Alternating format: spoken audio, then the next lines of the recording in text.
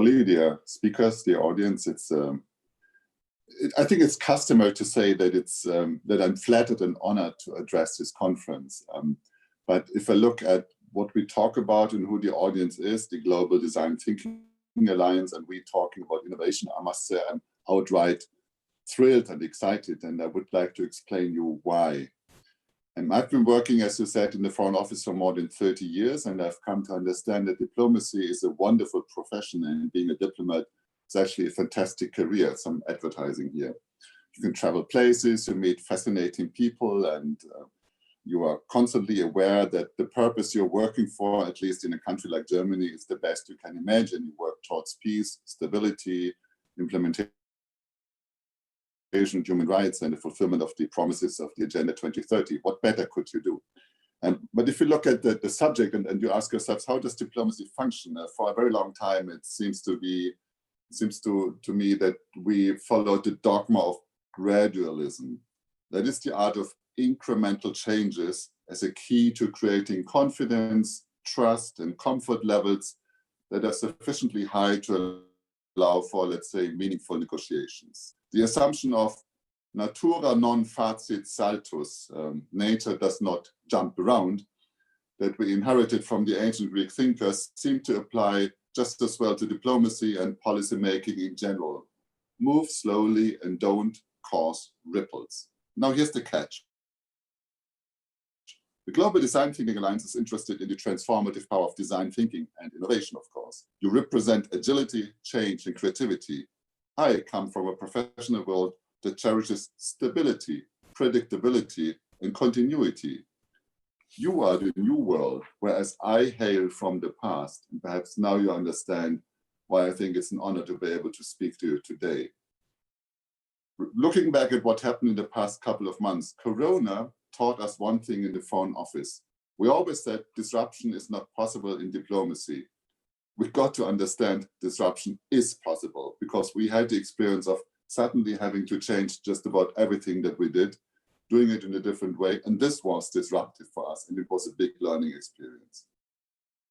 My job, you said I'm Germany's digital ambassador. I'm actually very happy with the position.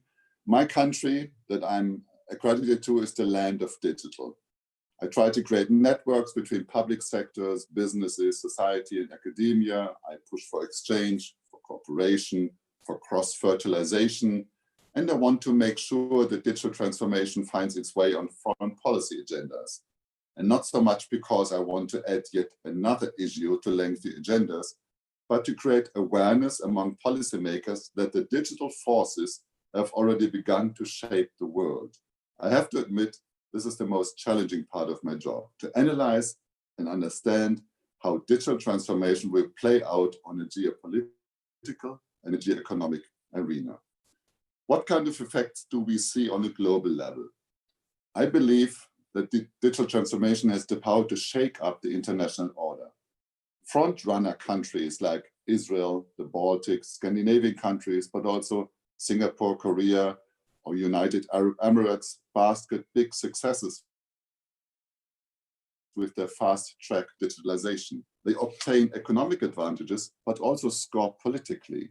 Take Estonia. I'm sure there's somebody from Estonia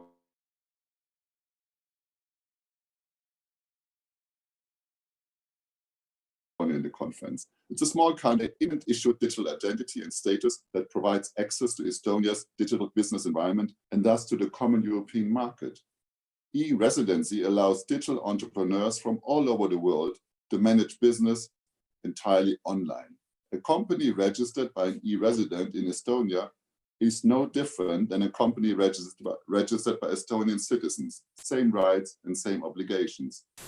This, of course, raises a couple of interesting questions about simple things like national sovereignty, citizenships, rights of e-residents, and so forth.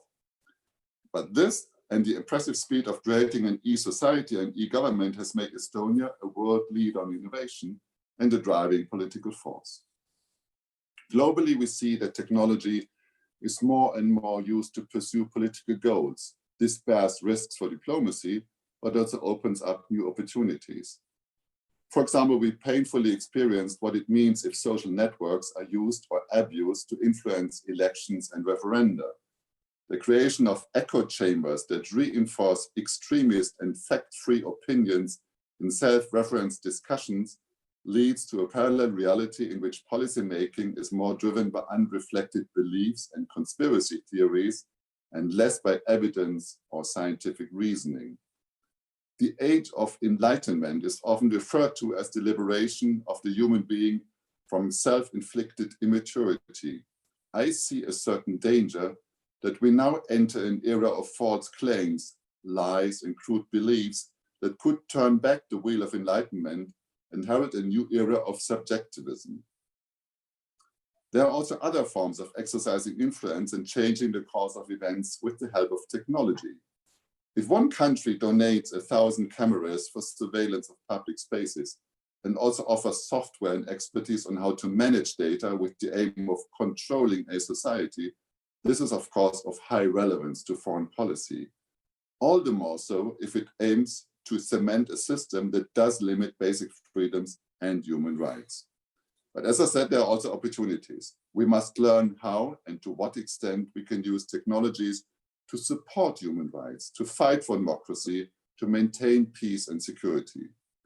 When we all agreed on the roadmap to the future we want in 2015, the so-called Agenda 2030 and the Sustainable Development Goals, we did not think much about digital transformation. Today we know the fight against poverty and the eradication of hunger and all other SDGs can be achieved better if we employ digital technologies. This is a huge opportunity that we must use. But the first step is to master the technology and to learn about its possibilities and limitations. So it comes as no surprise that also the United Nations and the UN Secretary General has taken a massive interest in the subject. The Secretary General has established a high-level panel on digital cooperation in June 2018 and issued the roadmap for digital cooperation in June 2020.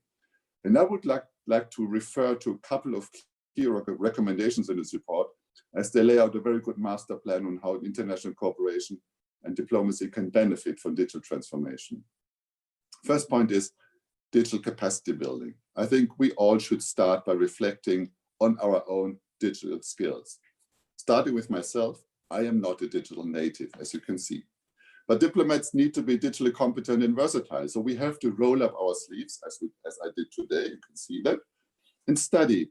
This means not only the necessary abilities to master our office jobs, but to get a certain grasp on technologies like artificial intelligence, on the ability of coding, to understand how big data is analyzed, and the possibilities and limitations of algorithms. In order to achieve this, we need strong and competent partners. And therefore, we, and I personally, am extremely happy that we can count on the HPI School of Design Thinking among our partners and friends. This will help us definitely to introduce new ways of thinking and working to the Foreign Office and our networks in general. Second point, the role of human rights in the digital sphere.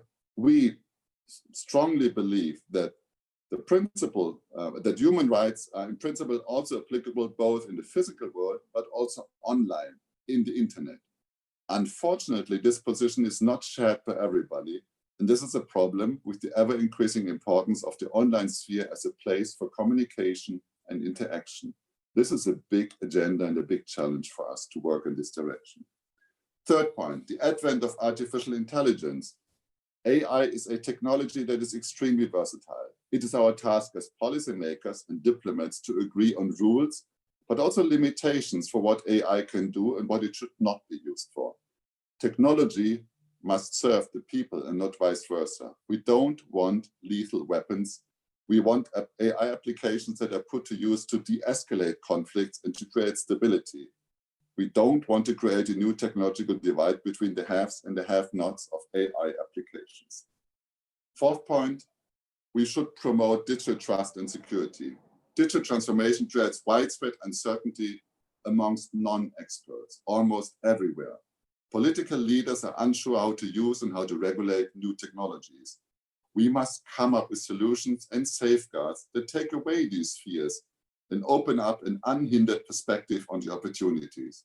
I believe the EU's GDPR, the General Data Protection Regulation, is a good example for successful regulation, believe it or not. If we do not get this right, those who are fearless or those who are reckless will move ahead, and we might be forced to follow them.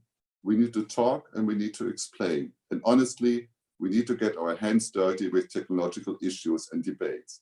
The aim is to make sure that technology helps us to find new solutions and not to create new problems.